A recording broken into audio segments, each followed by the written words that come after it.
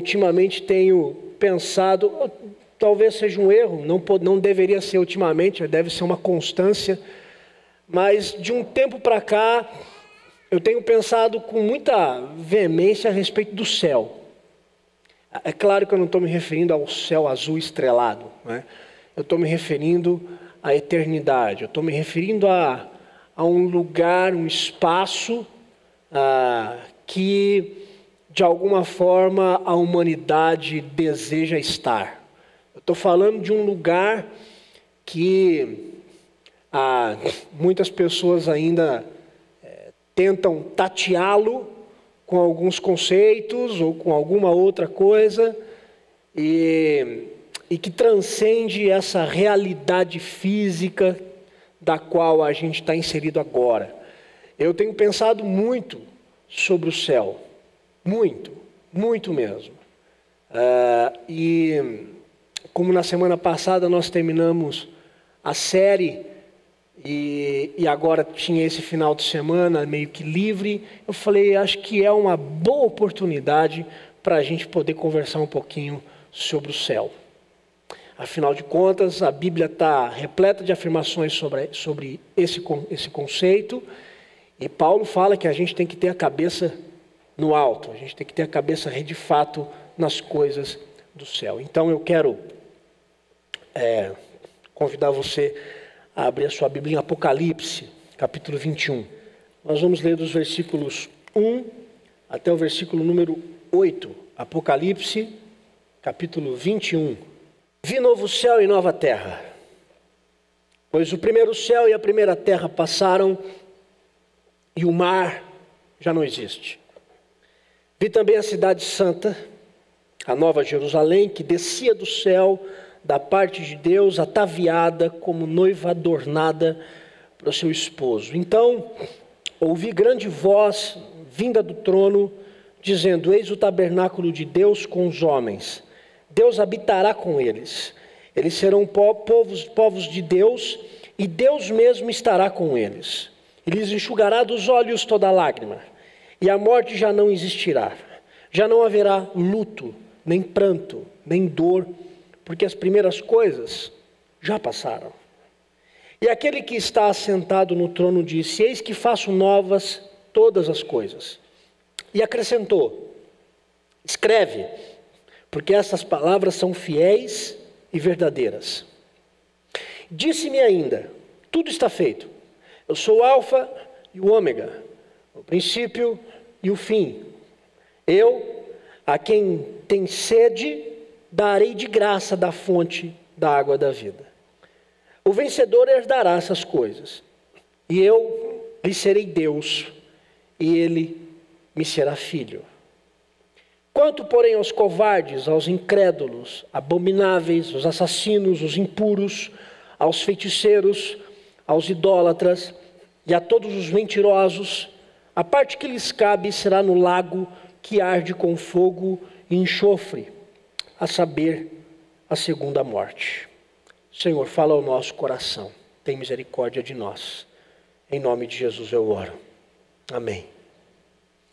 O Apocalipse é o registro de uma visão.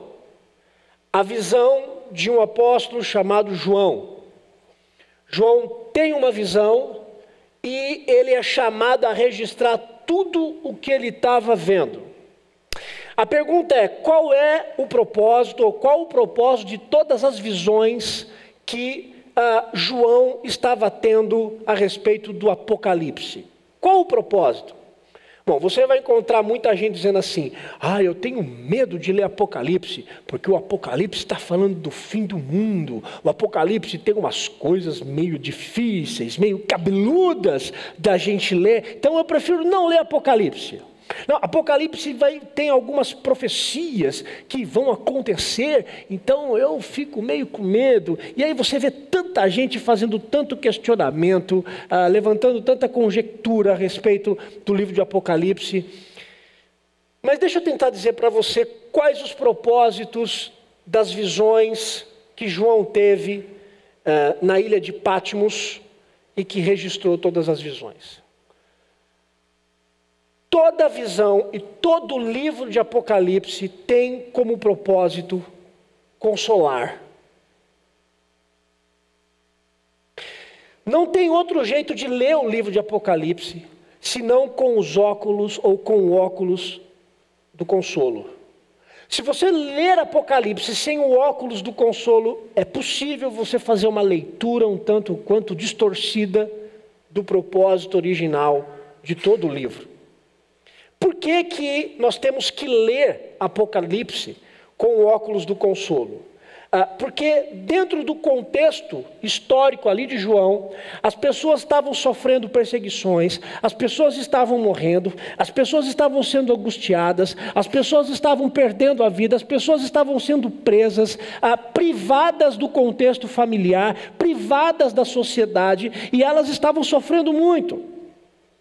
E é nesse contexto de dor, de prisão, de morte, de angústia, que então João está preso junto com outros tantos na ilha de Patmos, e aí Deus revela algumas visões para João, para que essas visões pudessem consolar o povo dele que está preso e que está sofrendo. Agora, dentre tantas coisas que a gente encontra no livro do Apocalipse, e tanto consolo prometido para o povo de Deus, uma das realidades de consolo que nós encontramos em Apocalipse é o que nós chamamos de céu.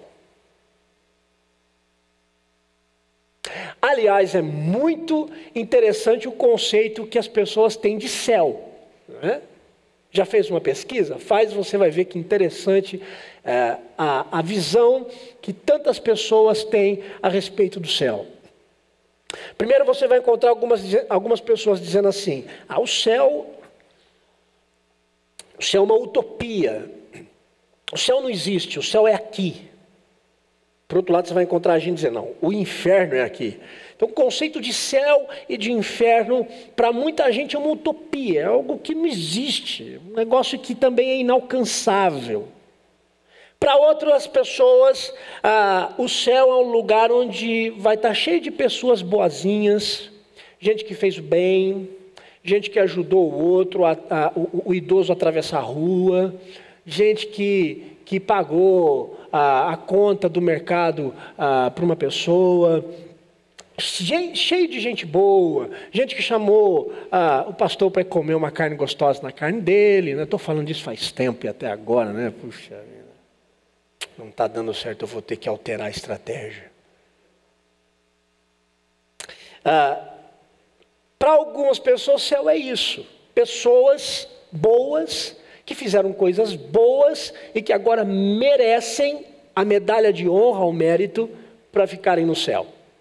Por outro lado, você vai encontrar muitas pessoas defendendo a doutrina de que tanto o céu quanto o inferno é uma doutrina de medo, é algo para trazer opressão nas pessoas, nesse famoso estilo de recompensa ou castigo. Se você foi bacana, céu. Se você não foi bacana, se você não foi no culto naquele dia, castigo, vamos botar um pouquinho de fogo na sua vida. Outras pessoas ainda acreditam que não existe apenas um céu, mas que existem 9 céus. Já pensou? 9 céus. E que cada céu aumenta a felicidade do seu morador. Olha só, tem outros que dizem que o céu é um paraíso de mulheres virgens, no qual você acha que vai viver eternamente com elas e achando que aquilo vai estar tudo bem e tudo tranquilo e tudo favorável na sua vida eterna, né? O fato é que a Bíblia, ela fala do que nós chamamos de céu. A Bíblia fala do que nós chamamos de céu. O negócio é que a Bíblia não dá muita informação para a gente. Porque, segundo as próprias Escrituras, nós não teríamos condições de conseguir entender e de conseguir compreender a totalidade do conceito de céu. Então, é muita coisa para a nossa cabeça, é muita coisa para o nosso intelecto, é muita coisa, o céu está muito mais gabaritado do que qualquer raciocínio lógico ou espiritual, então não dá. Mas ainda assim a Bíblia nos dá algumas pinceladas a respeito do céu. E dentre algumas coisas, eu queria citar logo já um fator introdutório, porque ele é básico. Sem esse fator introdutório, a gente não vai conseguir caminhar muito bem a respeito nessa noite para falar sobre céu. Qual é o conceito introdutório que eu preciso falar para você a respeito do céu?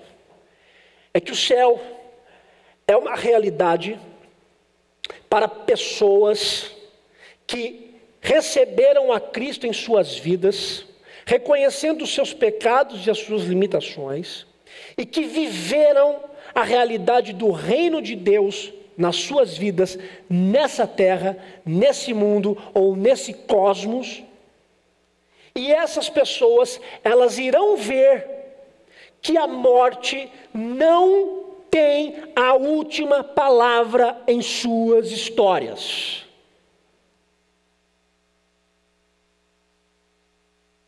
Essa é uma questão introdutória.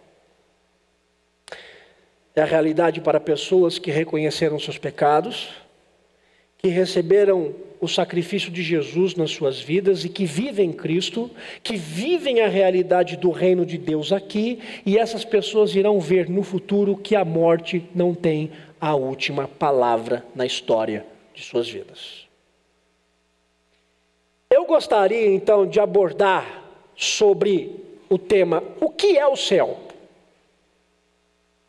Olha a minha pretensão, né? O que é o céu? É claro que eu não quero fechar o assunto, nem tenho tempo para isso. Mas dentro do texto que eu escolhi nessa noite para compartilhar com vocês, eu quero dizer para vocês o que é o céu. E eu gostaria de aplicar um termo que pode apontar para mim e para você algo muito precioso sobre o céu. Eu escolhi um termo. O termo que eu escolhi é plenitude. O que significa plenitude? Plenitude é estar cheio. Plenitude é ocupar algo que estava vazio e se tornou pleno. Bem,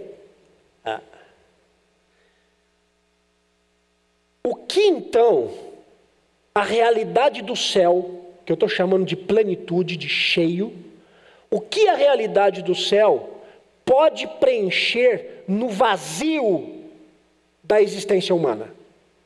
Porque se eu estou dizendo que céu está relacionado à plenitude, é porque essa plenitude preenche um vazio. A pergunta é, vazio de quem? Vazio onde? Por que o vazio? Se é que tem vazio. O que a realidade do céu pretende preencher no vazio da existência humana? Eu quero compartilhar com vocês hoje 4 aspectos do que é o céu, usando esse conceito etimológico do termo plenitude. 4 conceitos. O que é o céu? Com base nesse texto em Apocalipse capítulo 21, de 1 a 8. Primeiro lugar, o que é o céu? O céu é a plenitude do que não se vive aqui. Vou repetir. O céu é a plenitude do que não se vive aqui. Olha só, nós não podemos negar. Ainda que a vida seja difícil, ainda que a vida seja complexa, ainda que a vida tenha os seus muitos baixos e vales densos, a vida ela é bela. A vida nos fascina. A vida ela é um presente de Deus. Bem como diz a música do Gonzaguinha, né? Viver e não ter a vergonha de ser feliz. Só que também ao contrário da música do Gonzaguinha, para ser feliz, não basta estar vivo.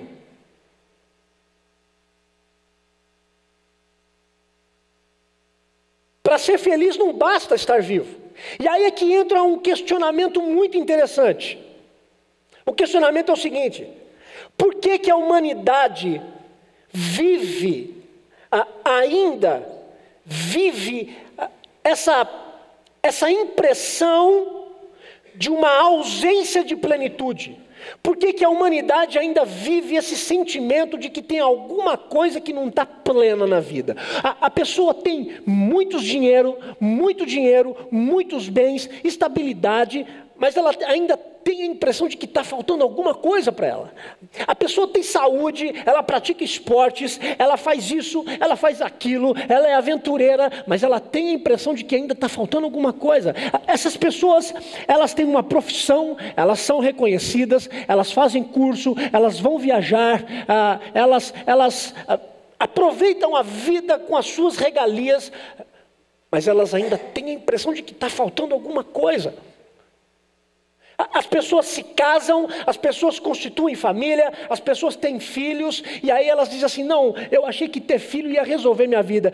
Então agora os meus filhos precisam crescer, porque daí eu vou ter neto. Então quem sabe quando eu tiver um neto, e aí vem os netos, e aí a pessoa está velha, a pessoa já está idosa, ela se olha no espelho e diz assim: o que é que está faltando?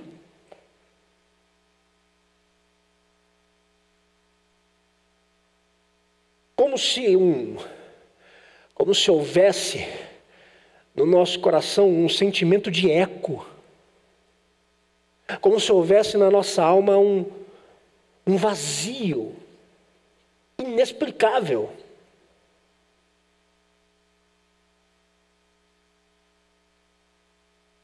Dostoiévski já disse uma vez que existe no homem um vazio do tamanho de Deus. Existe no homem um vazio exato do tamanho de Deus. Esse é o nosso problema. O nosso problema é que a nossa alma anseia por Deus. O nosso problema é que nós achamos que os recursos desse mundo e com todas as coisas que nós vivemos e recebemos, todas essas coisas irão alimentar a nossa alma. E nós vamos descobrir que não vão. O versículo 1 do capítulo 21 diz que João viu que o primeiro céu e a primeira terra passaram. Ou seja, esse mundo de agora, o mundo que hoje a gente vive, o mundo que a gente aprende, com tudo isso que a gente desfruta, vai passar.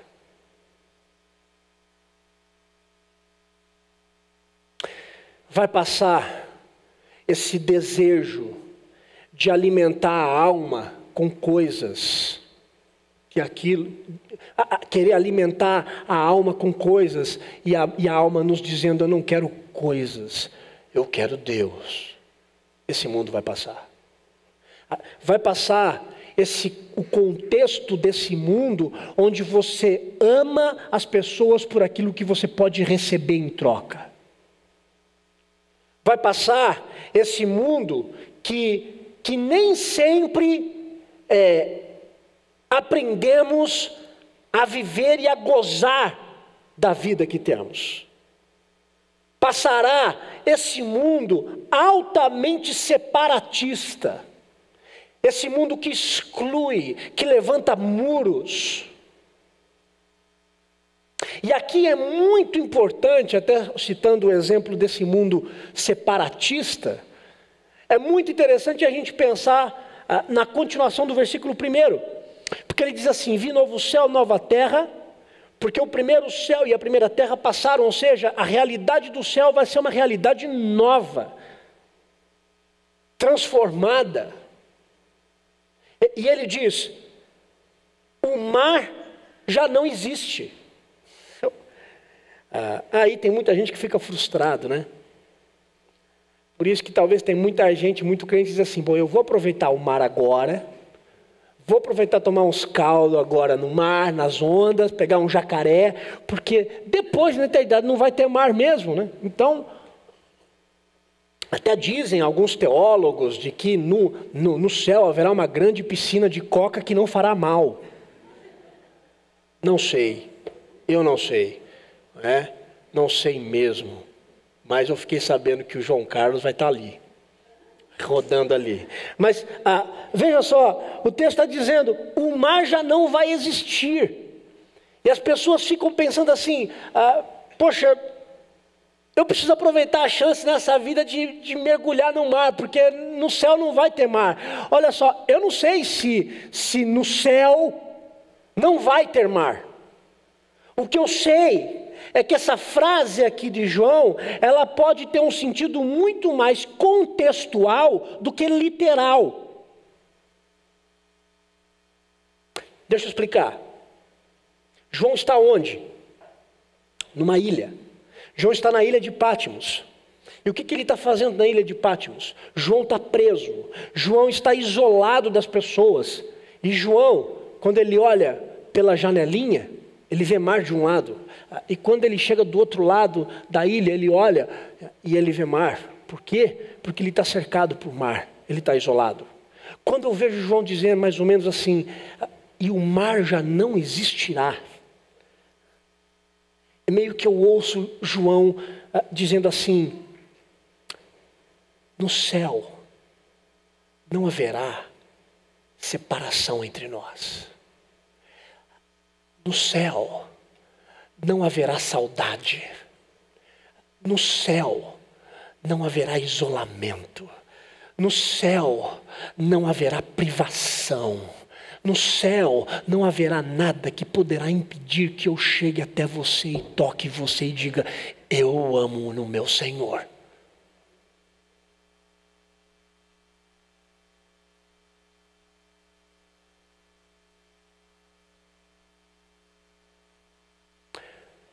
Hoje, faz 9 anos que eu sepultei a minha mãe. Hoje.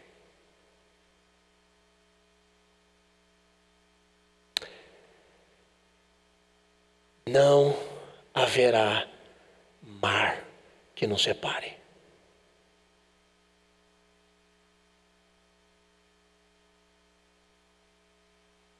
Algumas coisas nos separam aqui. Pessoas sentam juntas, mas estão isoladas, estão separadas. Esse mundo vai passar. Esse mundo que leva o nosso coração a ficar separado um do outro. Esse mundo vai passar. Porque João viu um novo céu e uma nova terra, onde ele olha para a janela e ele não vê um mar dividindo o continente. Ele vê um povo que vive junto.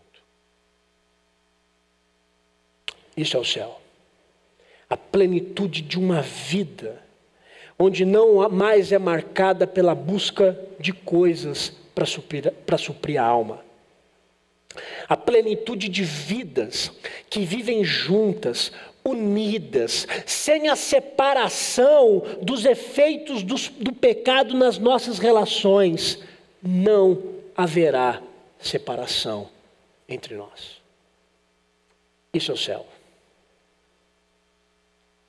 O céu é a plenitude do que não se vive aqui. Mas em segundo lugar, o que é o céu? O céu é a plenitude de uma transformação que virá. Geralmente, quando você vai falar com uma pessoa sobre o céu, você pergunta assim para ela, você vai para o céu? Aí se ela acha que vai, ela diz, claro que eu vou para o céu. É claro que eu vou. Aí você pergunta assim para ela, como é que vai ser esse negócio? Me diz aí. Aí ela diz assim, vai ser assim, Jesus vai vir, vai aparecer, e aí ele vai olhar para nós e vai dizer assim, sigam meus bons. E aí a gente vai começar, subir. Eu que tenho um pavor de altura, ai meu pai, vou olhar só para cima e vamos embora, porque se eu olhar para baixo, que medo de cair, entendeu? Então as pessoas dizem assim, não, o Senhor Jesus ele vai aparecer e vai nos levar para o céu, e vai nos levar para um lugar que Ele tem preparado para nós, e nós vamos subir, e vamos ficar num lugar de paz, aquela grama, tão simples essa ideia, grama, pode ter muita coisa bacana, muito mais do que grama, que a gente não tem a mínima noção do que tem. Geralmente é isso que a gente fala sobre céu. As pessoas falam que vão subir para o céu, mas não foi isso que João viu. João diz no versículo 2, vi também a cidade santa, a nova Jerusalém, que descia do céu. João não vê o povo subindo para o céu. João vê o céu descendo à terra. O céu será a vida plena do reino de Deus aqui. E aí eu pergunto para você, você gosta daqui? Você gosta dessa terra? Acha bonito os ipês floridos? Gosta desse mundo? Pois bem, eu tenho que dizer para você que se você tem Cristo Jesus, prepare, fortes emoções virão, porque muita coisa melhor tem para vir. E não será lá, será aqui. Porque João vê descer do céu a nova Jerusalém. O que João está dizendo é que haverá uma plenitude de transformação aqui. A transformação não é nós irmos para lá, a transformação será aqui. Será uma transformação desse mundo com a presença plena de Deus e com a presença plena do seu reino. E mais, essa transformação não será apenas no mundo, mas essa transformação também irá atingir as pessoas que irão viver nesse mundo. Porque diz o texto no versículo 2, vi também a cidade santa, a nova Jerusalém, que descia do céu da parte de Deus, ataviada como noiva, adornada por seu esposo, adornada, arrumada, perfeita, pronta para a sua união eterna. A transformação não é apenas no mundo, mas a transformação será na igreja. A transformação será no nosso meio. A noiva, aqui em Apocalipse, é a figura da igreja, é a figura do povo. E você que está aqui nessa noite, ou você que está ouvindo essa mensagem, você pode fazer parte desse povo.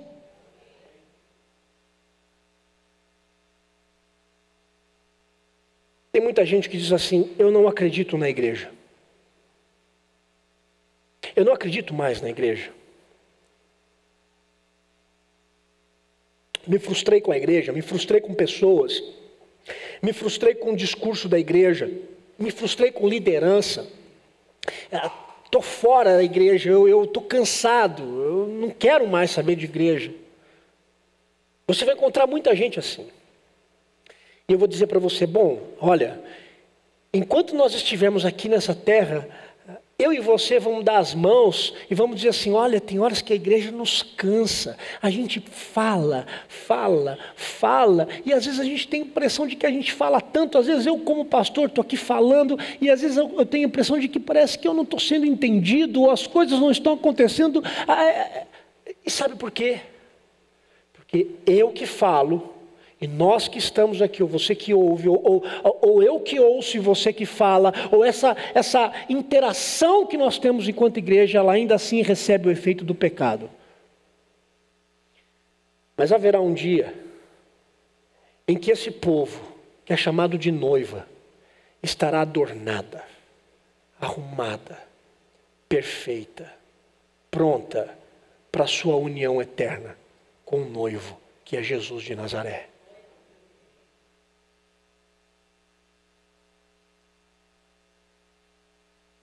enquanto nós estivermos aqui, é possível que nós tenhamos alguns problemas. Mas esse mundo vai passar. E nós estaremos um dia arrumados, alinhados, para vivermos eternamente com aquele que nos resgatou das trevas para a sua maravilhosa luz. Portanto, o céu é a plenitude de uma transformação que vai acontecer aqui. Mas em terceiro lugar, o que é o céu? O céu é a plenitude da presença de Deus. Olha o que diz o versículo 3. Então, ouvi grande voz vinda do trono, dizendo: eis o tabernáculo de Deus com os homens. Deus habitará com eles, eles serão povos de Deus, e Deus mesmo estará com eles. Sabe qual é um grande problema que a gente tem na vida? Um dos grandes problemas é que nesse mundo a gente não vê Deus. Deixa eu explicar. Quando eu falo ver, eu estou falando ver mesmo. Olhar, tocar com os olhos, deslumbrar visualmente a figura. Nós não vemos Deus. E essa é uma crise que pode levar a mim e a você a passarmos alguns momentos difíceis da vida. E porque a gente não vê Deus como eu vejo essa xícara, então, por alguns momentos a gente então ora como alguns momentos os salmistas oraram. E aí nós e os salmistas fazemos um coro de oração, orando mais ou menos o seguinte: Senhor, onde é que o Senhor está? Senhor, cadê o Senhor aqui? Porque eu não estou vendo absolutamente nada. Aliás, Deus, esse cenário que está na minha vida agora não faz o menor sentido. Onde é que o Senhor está? Pode parecer loucura, mas eu preciso dizer que Deus está aqui. E pode parecer mais loucura ainda, quando você for embora, eu preciso dizer que Deus estará com você. Porque Deus age no mundo e Deus age na humanidade, mas nós não vemos isso na sua plenitude. E aí muitas pessoas e até muitos cristãos, quando enfrentam lutas terríveis, essas pessoas ainda confessam que amam a Deus, elas confessam que acreditam em Deus, mas chega alguns momentos que essas pessoas acabam desejando ter uma relação com Deus um pouco mais palpável. Não que o palpável explique os motivos e as razões das lutas que a gente passa na vida. Não. Mas basta saber que, se a gente olhar para o lado e a gente vê que o Senhor está ali, e fala: pronto, eu não preciso tocar, eu estou vendo, o Senhor está aqui. Resolveria a questão. O Senhor não precisa me dar a resposta de nada. Mas se eu olhar e ver o Senhor, ok. Pois bem, o que é o céu? No céu não haverá mais dúvida. No céu não se tem dúvida. No céu só se tem afirmação. E afirmação de louvor. Sabe esse negócio? Você encontra muita gente dizendo assim, eu já disse aqui algumas vezes isso: não, porque quando eu morrer eu vou chegar para Deus e depois eu vou ter um papo com Ele e eu vou dizer assim: Deus, por que o Senhor fez isso? Deus, por que isso aconteceu na minha vida assim? Explica para mim. As perguntas fazem sentido aqui. Quando chegarmos no céu, as perguntas não fazem mais sentido. Sabe por quê? Porque Deus estará visualmente diante dos seus olhos. As perguntas acabam. Não precisa mais de explicação. Basta saber que Ele está ali e que Ele é fiel e justo. No céu não se tem perguntas. As perguntas nós fazemos aqui. Se temos as respostas, pois bem. Se não as temos, pois bem do mesmo jeito. Porque Deus continua sendo Deus e rege a história da mesma forma. No céu, eu digo que não vai ter dúvida, porque diz que Ele habitará eternamente conosco. E veja no versículo 3 a repetição. Versículo 3 ele diz, e Deus mesmo estará com eles. Isso é o céu. É a presença física, palpável, visual, auditiva e sensitiva de Deus, sem nenhum obstáculo, sem nenhuma interferência e sem nenhuma dúvida, porque Ele estará diante dos seus olhos e você vai ver a sua glória. Eu espero que você veja a glória. Isso é o céu. A plenitude da presença de Deus. Algo que nós desejamos aqui. E vivemos pela fé. É por isso que sem fé é impossível agradar a Deus. Porque a fé é o que segura a nossa ponta com as mãos de Deus. Pela fé nós tocamos o Senhor. Pela fé nós podemos contemplar a sua glória. Pela fé nós podemos ter a certeza de que nesse mundo nós não estamos sozinhos. Mas não é pleno. No céu não haverá cordinha. No céu será mão na mão, olhos nos olhos e louvor eternamente. Uma quarta realidade e última. O que é o céu? O céu é a plenitude de alegria e paz. Alegria e paz. Se existe uma realidade que nós lutamos, se existe uma realidade que nós lutamos para viver, no meio das nossas tensões e no meio das nossas angústias, é viver em alegria e paz. A gente luta por viver nisso, a gente luta por viver essas duas realidades no meio das nossas angústias. Quer ver? Deixa eu dar 2 exemplos. Primeiro, é possível vivermos em paz quando nós perdemos alguém? Segundo, é possível ser alegre quando perdemos alguém para a morte?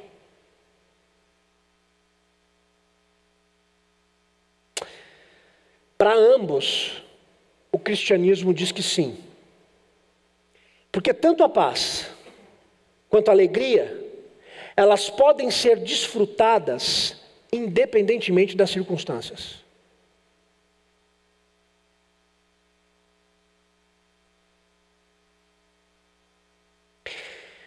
Porque é algo que Deus oferece para nós nesse mundo afetado pelo pecado. Então, Evangelho é uma loucura. Sabe por quê? Porque no meio da sua dor, você pode estar em paz. Porque no meio do seu choro, você pode estar alegre.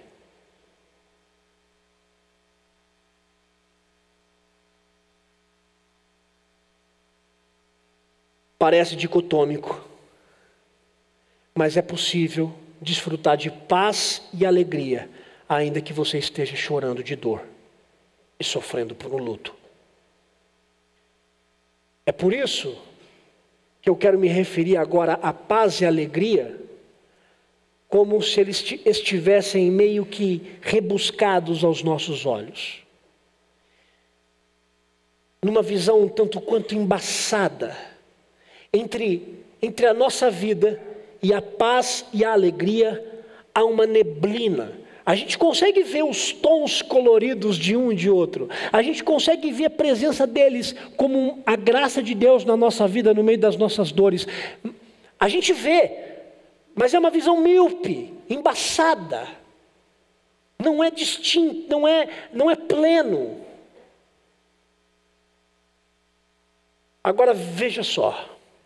Se nos dias de hoje, se nas nossas dores, se nas nossas angústias, a gente consegue ainda ver a paz, a gente ainda consegue ver a alegria, ainda que meio embaçado, ainda que numa visão tanto quanto turva, eu pergunto para você, o que será a paz e a alegria numa visão pura e numa visão limpa?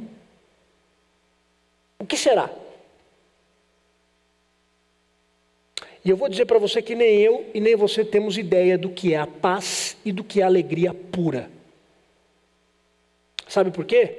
Sabe o que é paz e alegria pura? É o céu. Sabe por quê?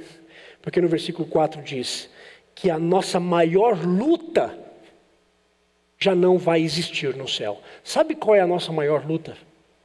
A nossa maior luta não é manter o emprego, a nossa maior luta não é pagar a escola para os meninos, a nossa maior luta não é você botar alimento dentro de casa, a nossa maior luta não é chegar no horário para a igreja, não é? Ainda que seja uma grande luta. A nossa maior luta é contra a morte. Essa é a nossa maior luta. As pessoas têm medo da morte. Ou as pessoas não querem morrer por conta disso, elas querem viver uma vida que vale a pena. A nossa maior luta é contra a morte. E sabe o que é o céu? No céu não haverá morte. No céu não haverá velório. No céu não haverá luto no véu. No céu não haverá dor. O céu é o desfrute pleno da paz e da alegria. Porque o que pode roubar a nossa paz e o que pode roubar a nossa alegria, que é a morte, ela já não vai mais existir. Esses são os 4 fatores de plenitude sobre o céu no texto. A plenitude do que não se vive aqui, a plenitude de uma transformação que virá, a plenitude da presença de Deus e a plenitude de alegria e de paz. Aos que viverão essa realidade, na visão que João tem, Jesus chama essas pessoas de vencedores. Versículo 7. O vencedor herdará essas coisas, e eu lhe serei Deus, e ele me será filho. Esses vencedores, eles irão herdar todos esses aspectos da plenitude de vida. Agora, o que é interessante no versículo 7, é que esses vencedores, eles não serão tratados como esses atletas que correm ou que praticam algum esporte e que no final eles recebem a medalha por merecimento. Não, Jesus não chama esses vencedores e não trata esses vencedores como competidores, porque vocês mereceram. Não, Jesus chama esses vencedores de filhos. Versículo 7. Será meu filho. Deus não vai tratar os vencedores com mérito. Por quê? Porque nem eu e nem você temos mérito para chegarmos diante de Deus e para entrarmos no seu reino. Nós só entramos porque Ele nos torna filhos. Se o céu, para os vencedores, é um lugar onde vencedor se torna filho, logo, quem não participar dessa vida eterna com Deus em plenitude, se tornou um perdedor e se tornou um perdido.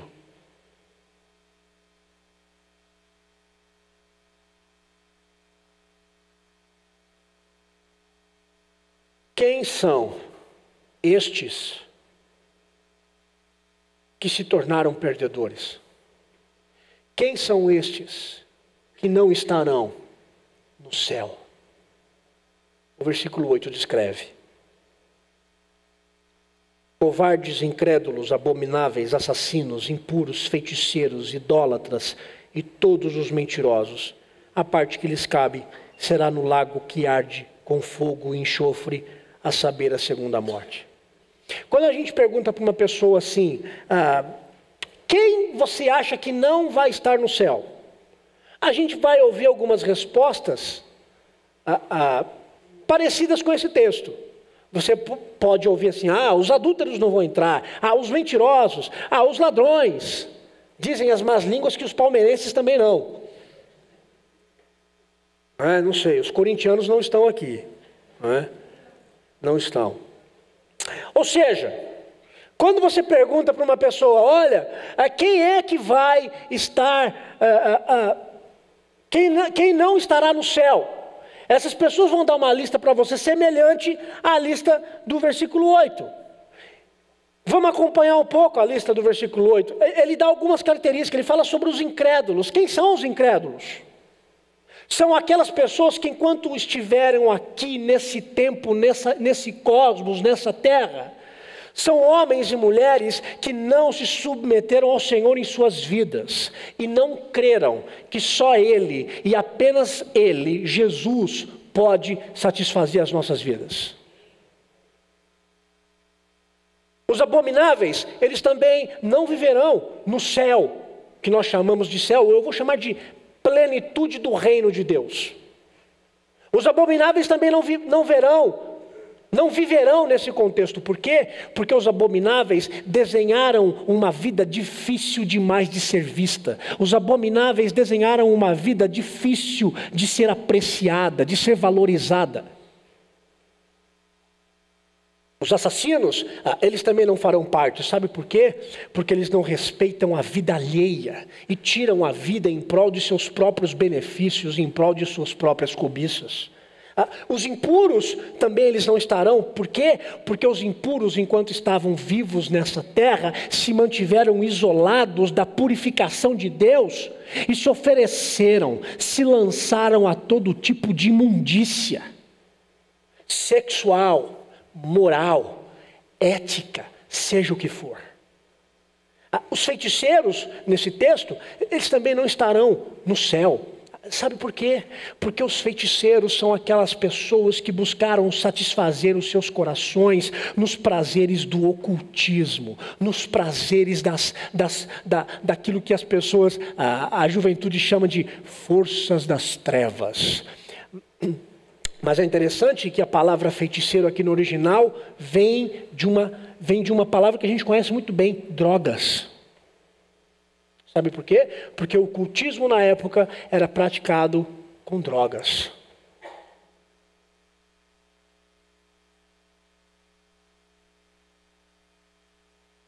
Os idólatras, eles também não serão os habitantes do céu. Sabe por quê? Porque os idólatras são aquelas pessoas que colocaram qualquer coisa, veja bem, colocaram qualquer coisa em seus corações no lugar de Deus.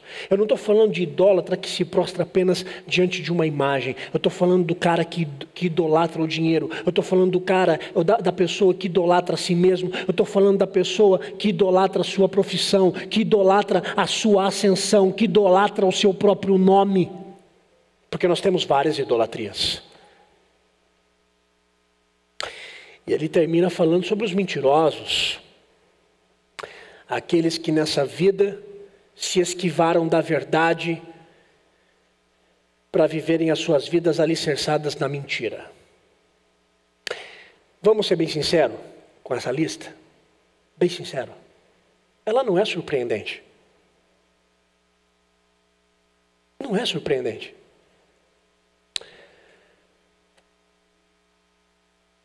Mas algo nessa lista chamou a minha atenção. Algo nessa lista do versículo 8 chamou a minha atenção. Que no mínimo é curioso aqueles que não estarão no plenitude do céu. E ele começa no versículo 8 falando quem são: os covardes. Covardes.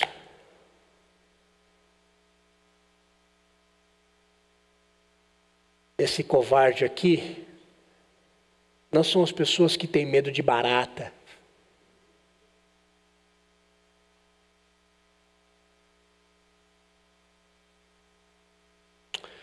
Esses covardes não são os covardes que têm medo de fazer uma viagem de avião.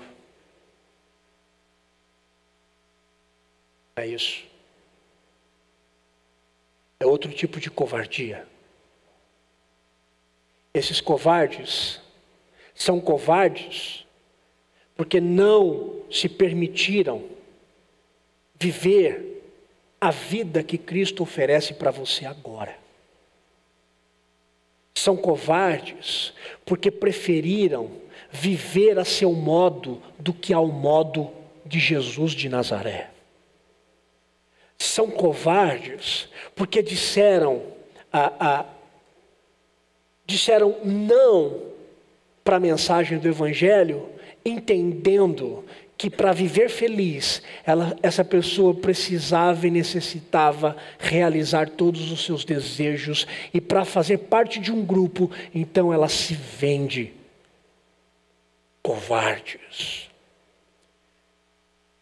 Covardes são aqueles que venderam os princípios cristãos, ainda que estando nos bancos das igrejas. Eram crentes dominicais, mas não viviam o cristianismo no resto de suas vidas. São covardes.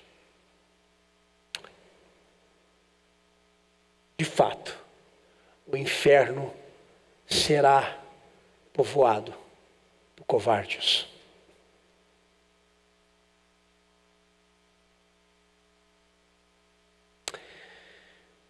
Me fez lembrar a história quando Jesus está andando por entre uma grande multidão e uma mulher hemorrágica, com medo, com temor, se aninha entre os buracos que ela encontra e toca na orla de Jesus, esperando que, se tocar nessa orla, se tocar nessa roupa, ela seria curada de sua hemorragia que há muitos anos vinha sofrendo.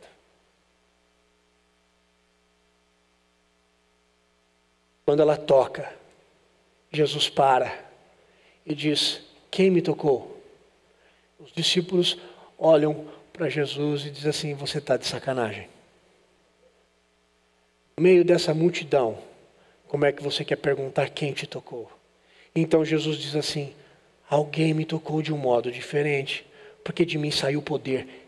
Quem me tocou? Então, a mulher se levanta, se apresenta, queda-se de joelhos aos pés de Jesus.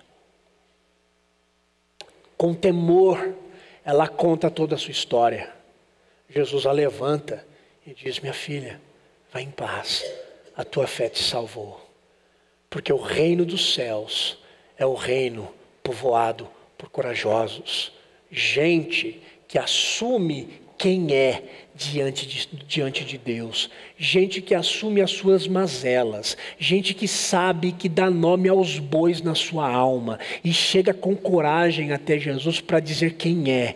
E é corajoso o suficiente para assumir quem é diante de todos. E precisa da cura. E é transformado. E é curado. E volta restaurado. Porque os céus é composto por pessoas que são corajosas. Covarde é quem não assume quem é de fato diante do Rei Jesus. Eu espero que você seja um corajoso para assumir Cristo em todas as esferas da sua vida. Corajoso para você proclamá-lo ao mundo, corajoso para vivê-lo. E aí, você viverá eternamente com Ele, na glória eterna do Pai. Eu quero terminar cantando a 4ª estrofe do primeiro hino que nós cantamos aqui hoje no culto. e o pessoal que venha, e eu pedi para a gente cantar separado, porque essa estrofe eu espero que seja a sua oração. Eu espero mais do que isso. Eu espero que ao cantarmos essa quarta estrofe, por favor, pode já colocar a letra para a gente. Eu espero que ao cantar essa estrofe você esteja cantando a sua história. A sua história.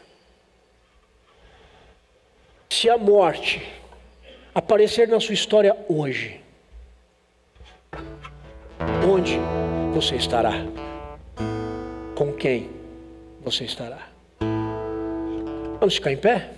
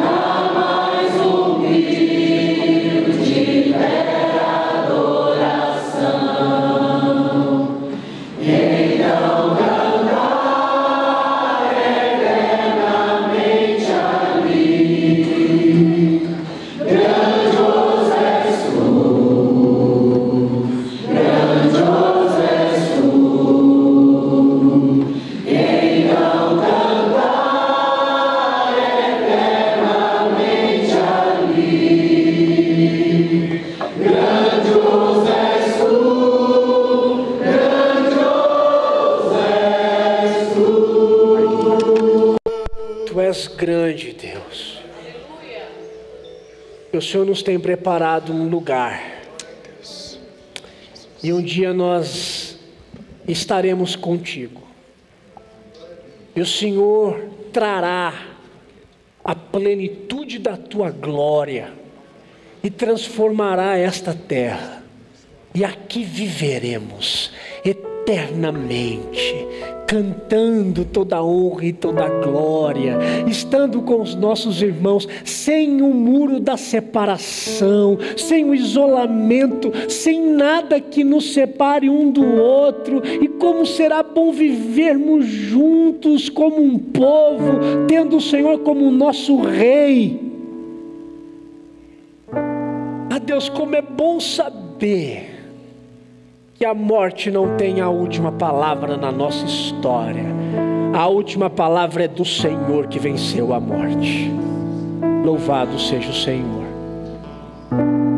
E se nessa noite houver pessoas que ainda têm dúvidas a respeito da sua salvação, que não sabem se estarão no céu, que possam nessa noite se voltarem para Ti, serem tocados pelo Senhor, assumirem um compromisso contigo e serem corajosos e não covardes e viverem contigo, em nome de Jesus.